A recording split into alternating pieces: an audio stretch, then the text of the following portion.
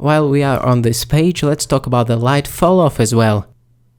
The light fall-off is the effect of dimming of the light source depending on whether it's positioned close to the subject or further away.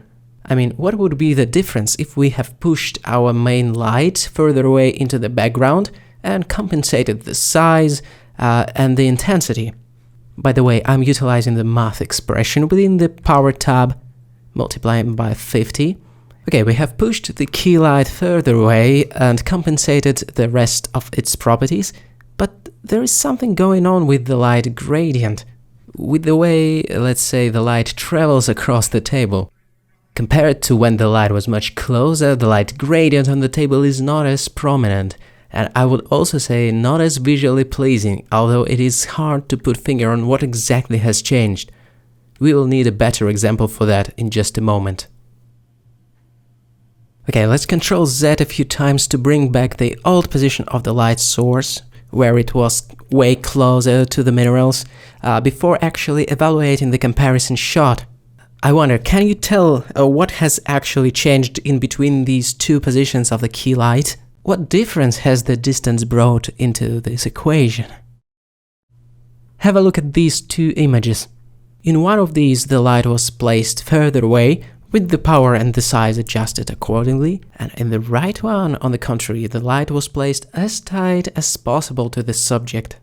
You know what, let's have a look at the better example. Because the area light is way closer to the first sphere than to the last one, the first sphere receives more light. It's the effect of more rays hitting its surface, so as a result it's better exposed.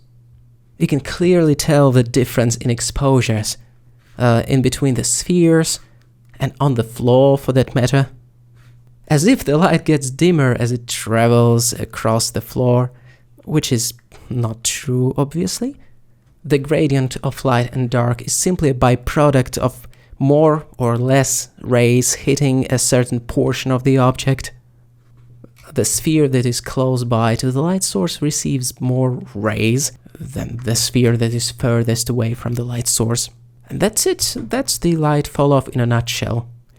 Let's compare this light placement with the one in which our key light is moved much further away. Again, with retaining the power, with compensating the power and the size. Now the intriguing thing had happened. Look how flat is the lighting across the entirety of our objects and surfaces.